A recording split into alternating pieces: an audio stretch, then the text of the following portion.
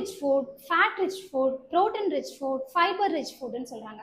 What is the meaning by rich food? Carbohydrate rich ஃபுட்னா அந்த ஃபுட்டில் உங்களுக்கு கார்போஹைட்ரேட் தான் மேஜர் ரோல் ப்ளே பண்ண போது, கார்போஹைட்ரேட் தான் அந்த ஃபுட்டில் அதிகமாக இருக்குது அப்படின்னு அர்த்தம்.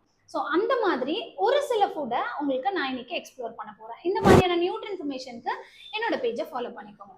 சே for example 100 gram of white ரைஸில் 130 கேலரிஸ் இருக்குது, 28 கிராம் கார்போஹைட்ரேட் இருக்குது. இதில் ஃபைபர் வெறும் 0.4 கிராம்ஸ் மட்டும் தான் வந்து ஃபைபர் இருக்குது. இதை தவிர பெரிய நியூட்ரிஷனல் வேல்யூ ஒயிட் ரைஸ்ல இல்லை. Carbohydrate rich food. கோதுமை வீட் வந்து நமக்கு ஃபைபர் ரிச் ஃபுட்னு சொல்றாங்க. வீட் ஃபைபர் ரிச் ஃபுட்னு சொல்றதே ஒரு பொய். 100 கிராம் ஆஃப் கோதுமையில 364 கேலரிஸ் இருக்கு.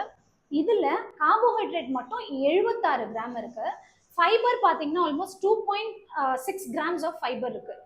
ஃபைபரை விட கார்போஹைட்ரேட் தான் கோதுமையில அதிகமா இருக்கு அப்படின்னு சொல்லும்போது கோதுமை is a high carbohydrate rich food.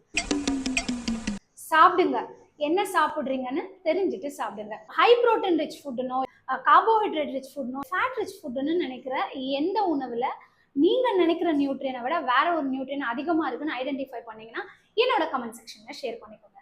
Sara.